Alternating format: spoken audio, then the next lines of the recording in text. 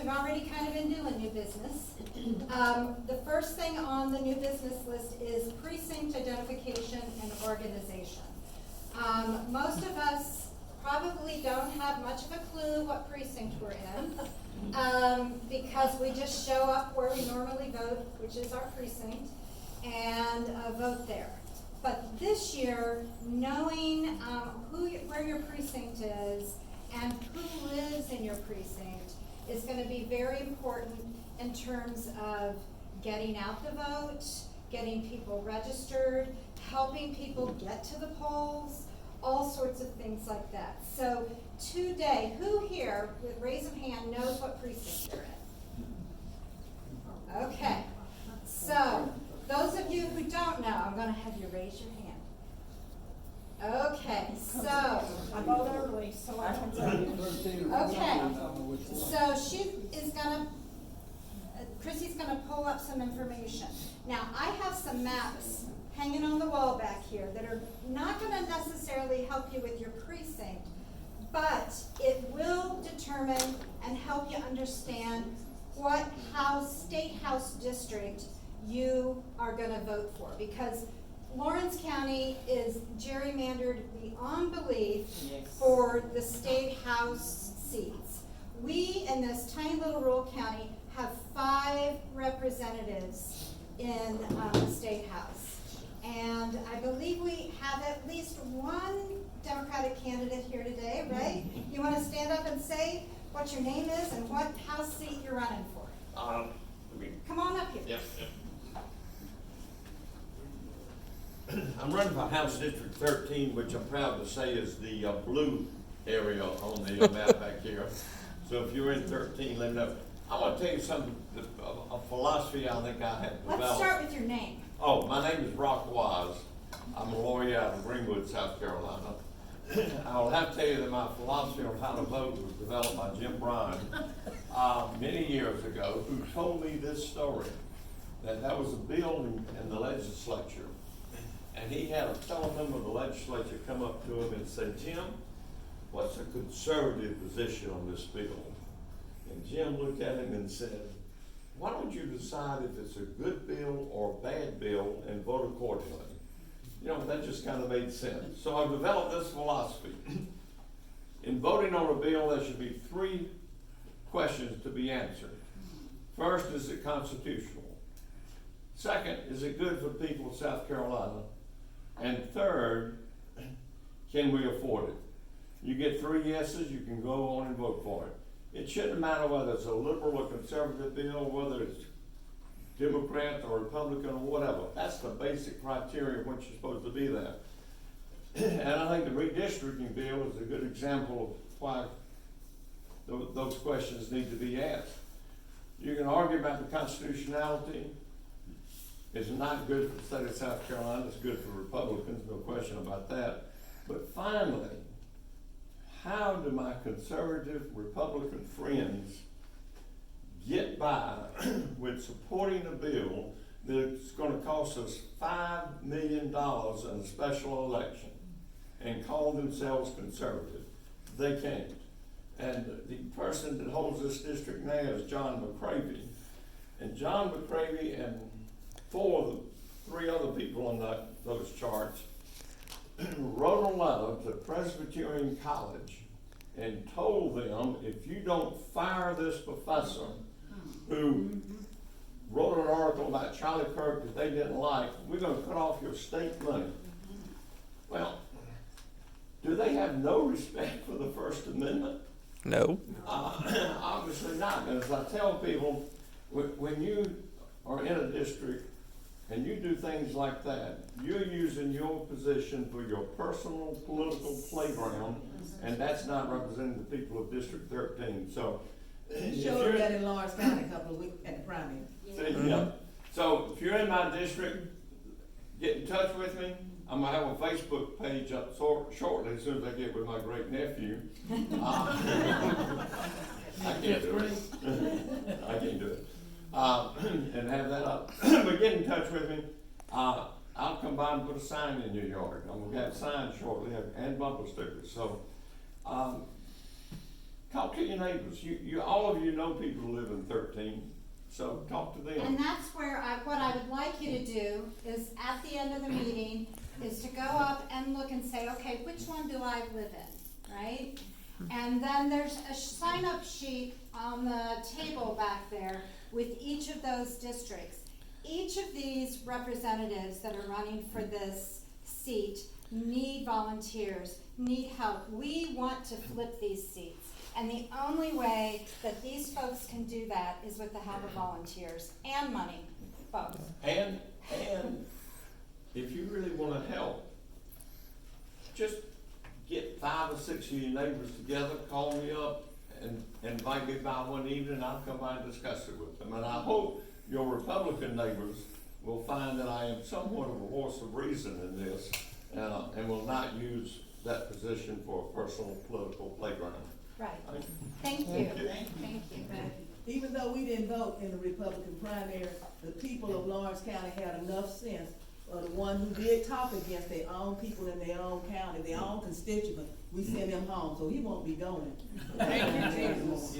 That's Luke Rankin. Yes, they didn't think he was conservative enough. That's right. In full disclosure, Rock is one of the foremost constitutional lawyers in this whole state. But I do want to tell you, he did represent a Republican in that case. That's in full disclosure. Even Republicans That's get okay. wrong when they get arrested. Full disclosure, I grew up in a home where my mom was Republican and my dad was Democrat, and we learned how to have discussions politically that, you know, spanned both sides of the aisle, and gosh, they stayed married for 53 years until one of them went to heaven. So if they can do it, we all can do it, right? We've seen it happen before. So what I would love for you to do today is to identify which House district you're in, and please sign up with your name, phone number, cell phone number, and email address, so these folks can have your information. Yes. I want to talk about the importance of actually getting out and knocking on your neighbors' doors. When I ran 4 years ago, you could pretty much track the amount of door hangers that I put in somebody's hand or on somebody's door to the number of votes that I got. The number that I had left over, I subtracted it from the 5,000 I ordered. That was about how many votes I got. So it works whenever you get out and talk to people, they see your face, and they get to know you. And it's hard to get out and meet every single person. Y'all see that big red district? It's very well colored. It covers most of the county. Isn't it interesting it's in red? Mm-hmm. So, but it covers most of the county. It is impossible for one person to get out and knock every single door. And that is Mashana Tate's district. Mm-hmm. So Mashana has a lot of ground to cover, and we want to help her beat Sheely. So if you live in 14, please sign up to volunteer and support her too. So And if you don't live in 14, still support her. yes, Mhm. yes, 100%. I mean, I don't live in 14, and Same she's here. gotten some of my money. Same here. Yeah. So Now tell a friend that's in 14. Yes. That's what you have to do. what's that? Tell a friend that's in 14. Tell a I friend know who's in somebody over 14. there. Absolutely. Yes. So the next thing that we just want to kind of touch on, oh, I thought I saw a hand raised. The next thing we want to touch on is potential fall fundraising / community events. One thing that Ms. Elma brought up would be an event to educate first-time voters, voters who haven't used a voting machine, to get Lynn out and to have an event for the public that would help explain the voting process. I would also love, we'll talk about that, that would be another kind of event, but we've also talked about a possible chili cook-off in August or September. I was having a conversation, or Daniel was having a conversation with somebody from the Greenwood County Democratic Party about having a combined event for all the House candidates, each doing a chili and voting, you know, for the best chili, but also giving them an opportunity for a, you know, a place to do their stump speech and meet voters, that kind of thing. So that hopefully is gonna happen in August and September. We will be reaching out, asking for volunteers. We may ask you individually, because sometimes doing a group question volunteer doesn't always get volunteers. So get ready. I may be calling you up and asking you individually, will you please do this, this, or this? Yeah, we're shooting for Labor Day weekend at Lake Greenwood State Park, but there's a lot of details to get ironed out about that. Yeah.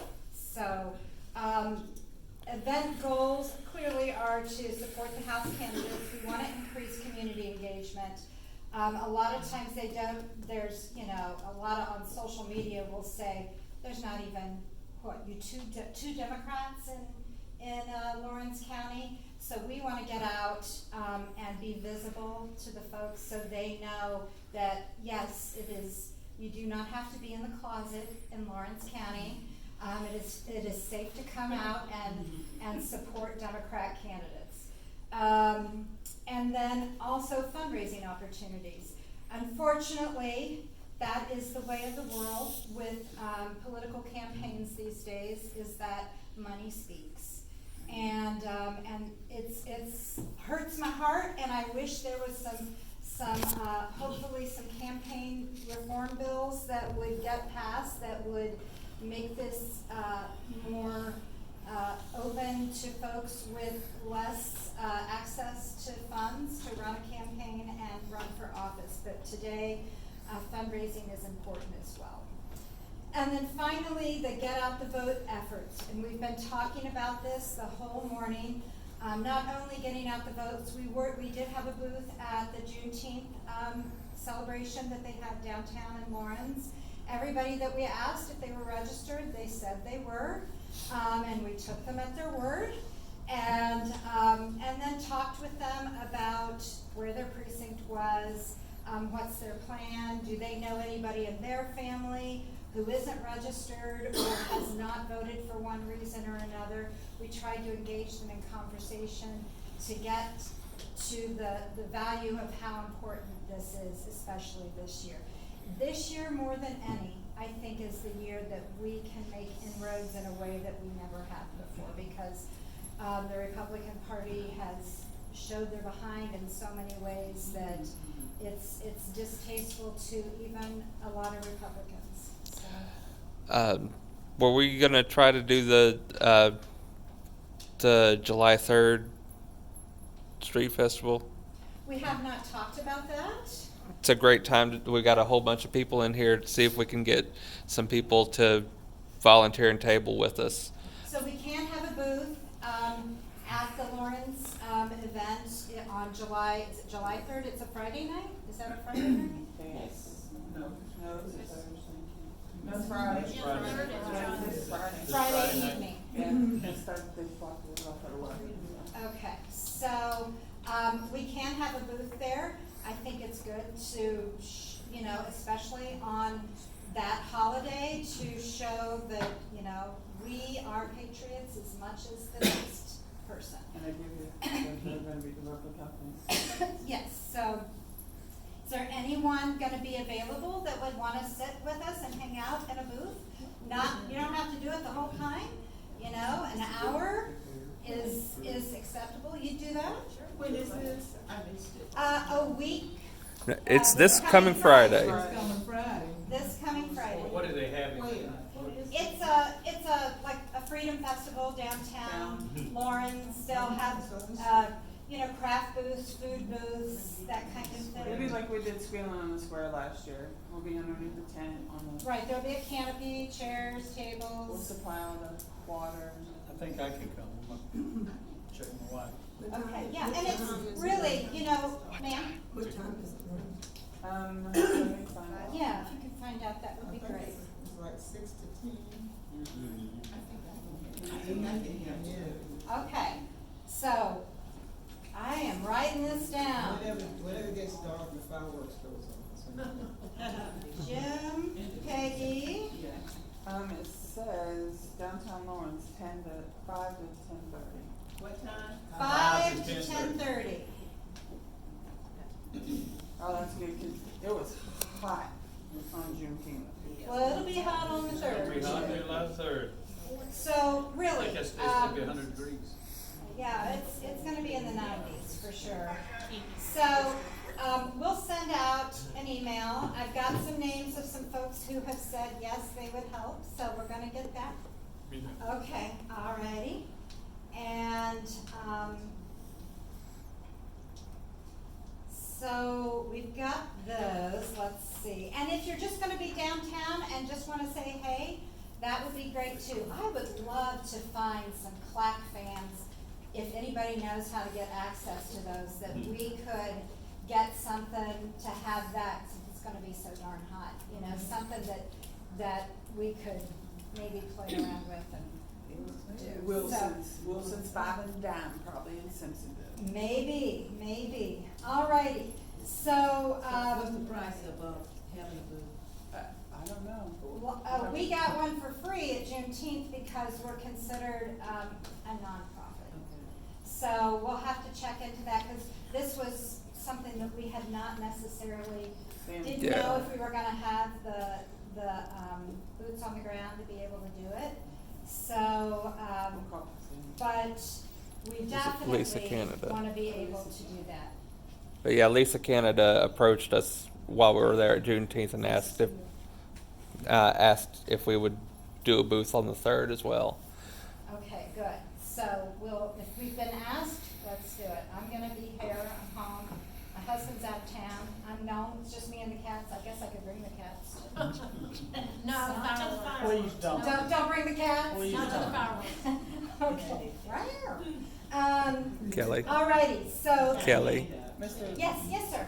How can I make sure that the committee coordinating, bringing everything out to the square? I can work with them in the beginning instead of coming in and seeing everything already there and water and everything that goes on the. What happens is I work at the salon on the square, so Daniel and I usually get there earlier and put it in the It salon. doesn't matter, just that, you know. What are you asking about, sir? He's wanting to help set up. You wanna help How can I set get up? to them We'll give you our before cell they phone help them number. with their heavyweight stuff? Thank you. We'll give So- you our cell phone number. I'll give you our cell phone Alright. number. Yeah, we'll give it to you, and we'll text you when we're there. Thank you. And we also wanna have like Michana's information, Rock's information, and the other, candidates' information at the booth, so they know what options folks have when they're voting, that it's not just strictly Republicans this year, they've got a choice. So, and then finally, getting out the vote efforts, we're gonna start really, brainstorming about what this is gonna look like. Not only organizing, registration, but actually getting people to the polls. People can register all day long and then they get their card in the mail and they don't go. And so if we're gonna register folks to be able to follow up with those and say, how can we help you get to the poll? You know, we're gonna be, we have a driver, we have, this person who can come pick you up. And so we're gonna be talking about that. I want you to start to think about what you think would be helpful, how you think it would be a good thing. Right now, we don't necessarily have. You know, I think what would be a good idea, and I think we did this in the past, is go to these busy locations and set up registrations, like Walmart, Dollar General store, somewhere, the busy places. And when we know there's an event, if possible, that person's having that event, can we register people to vote? Because they have a lot going on Saturdays at some churches. So yeah, knowing what's going on at different churches, going to businesses that would allow us to sit out there. Exactly. Sometimes it's helpful if it is individuals and not the Democratic Party registering, only because, some folks they think that they may, there's tinfoil hat people out there all over the place that are thinking we're gonna take their registration and throw it away, if we think they're gonna vote for something else. We used to have a philosophy. If you register someone to vote, you're supposed to follow that person. You just don't supposed to register and leave him or Right. her out there. You Right. take their name and their number. Right. And you, when it's time to vote, you say, it's time to vote, and how can I help you? Right. If you gonna help to register me, you should be, trying to make sure I get to the polls also. Cause it's a process. Yes. The process is not registering to vote if you're not gonna go and vote. So if you gonna acknowledge yourself as helping that individual, you should help that individual through the whole process. 100%, 100%. And And I then think you that's follow up and where, say, do you have a way to get there? Mhm. And you know if you did register that person, whether they did have, looked like they needed a ride. And, just follow up on the person that you registered. absolutely. And if you need to register someone, if you can go to SC Votes with the s.gov, or you can contact me or Daniel or Kelly, and we have the paper forms Right. for you to Keep 'em in your register car. the Keep 'em in paper. your car. Keep I them have in your them car, also. Yeah. keep them in your Yeah. just a folder in your car. Exactly. And we can give you a QR code that you can scan to keep, it's a business card that you can keep in your wallet as well. And we have a Spanish version as well. Then be glad to give them. Thank you so much. So yeah, transportation and election day support are gonna be really important, so that's something the two things we're gonna focus on is flipping seats and getting people to the polls. 'Cause that's the only way we can flip seats, right, is getting people to the polls. So those two things are very important. Now, this afternoon, those of you who are interested, there is a nationwide, protest happening today, organized by several groups. One of them is 5051, and it is a protest against the lack of democracy that is happening within our administration currently. Greenwood is hosting an event from 2 to 4, I believe. It's a very shady area where they're at, so if you think, oh my God, it's too hot, There's a lot I of can't do it. trees around it. Well, you can stand in some places where you're gonna have some shade. Did I have, is there a question? Main Street. Main Street. Okay, and if those of you who are new today, if you're comfortable in raising your hand, I'd love to know how many new folks we have today. 1, 2, 3. Thank you so much for being here. You're not alone. You're not alone, and we welcome you back. I do not know, Daniel, do we know if we're having a meeting in July? I can reserve it, we can have a meeting as many times as we want. I can't think of any reason why we wouldn't. Okay, so the next general meeting would be July 25th, more than likely, unless this is reserved. What's that, ma'am? I have something else. Wait a minute, let me just say this. So it'll be July 25th, 10 a.m. We're gonna make sure that this location is available. If it is not, the alternate location that we usually do is the Parish Hall in Clinton. Some of you have been there. It's an All Saints Episcopal, although we can't advertise the church name. It is Parish Hall on Calvert Avenue in Clinton. I wish we would look also into the new library we have. in Oh, yeah. Clinton. Well, we have looked into that, They're and gonna charge us. there is, it's very expensive to do that one. They require, if we bring food or any kind of AV. anything, we are charged a certain amount. We're charged a certain amount if we use any AV equipment. We're charged, we have to put a deposit down. There's a lot of money involved. We charge. Different from this library. No, we don't do that here, we don't have to do that here. We do not have to do that.